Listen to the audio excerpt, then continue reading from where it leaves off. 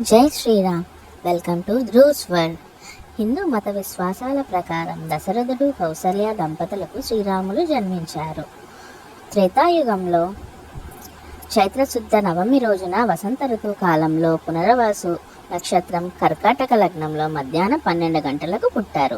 అందుకే ఈ పవిత్రమైన రోజు ప్రతి సంవత్సరం మన దేశంలో శ్రీరామనవమి వేడుకలను జరుపుకుంటారు.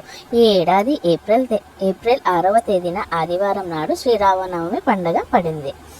శ్రీరాముడు మధ్యాహ్నం సమయంలో జన్మించారని, అందుకే పర్వదినాన పూజలన్నీ మధ్యాహ్నం సమయంలో నిర్వహించాలని పండితులు చెబుతున్నారు. పురాణాల ప్రకారం విష్ణువు 7వ అవతారమే శ్రీరాముడు. తనకు చిన్నప్పటి నుంచి దురాశ, దుర్గుణాలు వంటివి లేవు. అందుకే శ్రీరాముడిని ఉత్తమ పురుషుడిగా పరిగణిస్తారు. తన బాటలోనే నడవాలని ఇప్పటికీ పెద్దలు చెబుతున్నారు. తన రాజ్యంలో ఎవరికీ ఏ కష్టం రాకుండా ఆదర్శవంతమైన పాలన సాగించారని చరిత్ర ద్వారా తెలుస్తుంది. అంతేకాదు, శక్తివంతమైన శత్రువును సంహరించి బడుగు బలహీన వర్గాలకు అండగా నిలిచాడు. అందుకే శ్రీరామనవమి వంటి రోజున రామయ్య ఆశీస్సుల కోసం తమ జీవితంలో విజయం కోసం ప్రార్థిస్తారు. శ్రీరాముని యొక్క ప్రత్యేకత. రామాయణంలో శ్రీరాముడికి వశిష్ఠ మహర్షి నామకరణం చేశారు. ఇందులో రమంతే యోగిన యత్ర రామ అని అర్థం. అంటే యోగీశ్వరులు ఏ దేవుణ్ణి నుంచి ఆస్వాదన చెందుతారో వారే రాముడు అని అర్థం. శ్రీరామనవమి రోజున రామనామస్మరణ చేయడం వల్ల అనేక రెట్ల పుణ్యం లభిస్తుంది అని చాలామంది నమ్ముతారు. శ్రీరామనవమి రోజే సీతారాముల కళ్యాణం జరిగిందని, పట్టాభిషేకం కూడా ఇదే రోజు జరిగిందని చెబుతారు. అందుకని తెలుగు రాష్ట్రాలతో పాటు దేశవ్యాప్తంగా శ్రీరాముల కళ్యాణం నిర్వహిస్తారు. రామనవమి నాడు ప్రత్యేక పూజలు చేయడం, కళ్యాణం నిర్వహించడం, రామమంత్రాలు జపించడం వల్ల 1000 రెట్ల ఫలితం కలుగుతుందని విశ్వసిస్తున్నారు. అంతేకాకుండా రామనామాన్ని అత్యంత భక్తి శ్రద్ధలతో జపించడం వల్ల అనేక సమస్యల నుంచి ఉపశమనం లభిస్తుందని పండితులు చెబుతున్నారు. పూజా విధానం. శ్రీరామనవమి రోజున ఉదయం కంటే ముందుగానే నిద్ర లేవాలి. మీ ఇంట్లో మామిడి ఆకులు, కొబ్బరికాయ కలశంపై ఉంచాలి. శ్రీ సీతారాములకు ధూపం, దీపం, పండు, పూలు, వస్త్రాలు, ఆభరణాలు సమర్పించాలి.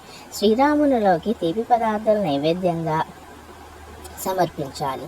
పూజ పూర్తయిన తర్వాత విష్ణు సహస్రనామం పఠించి హారతి ఇవ్వాలి.